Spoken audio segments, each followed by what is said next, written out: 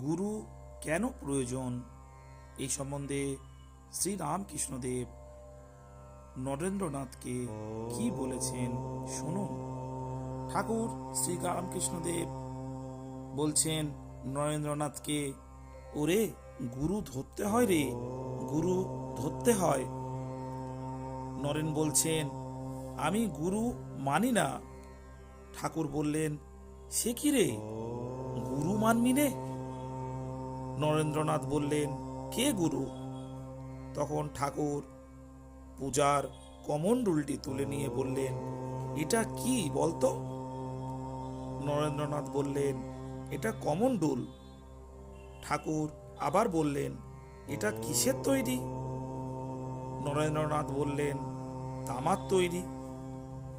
ঠাকুর তখন বললেন, এটিকে কে বানিয়েছে? নরেন্দ্রনাথ বললেন, কামার বানিয়েছে।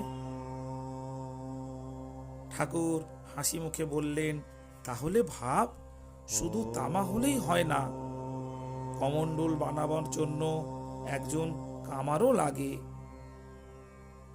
গুরু হলেন সেই কামার। অর্থাৎ কি সুন্দর ভাষায় শ্রী রামকৃষ্ণদেব নরেন্দ্রনাথকে গুরুর প্রয়োজনীয়তা বুঝিয়েছিলেন।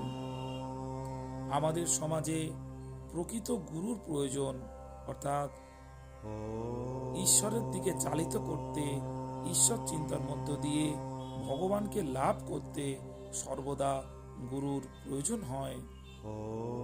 শ্রোতাগণ, সর্বদা গুরুকে সম্মান করুন। গুরুই হলো আমাদের সর্বশ্রেষ্ঠ। নমস্কার।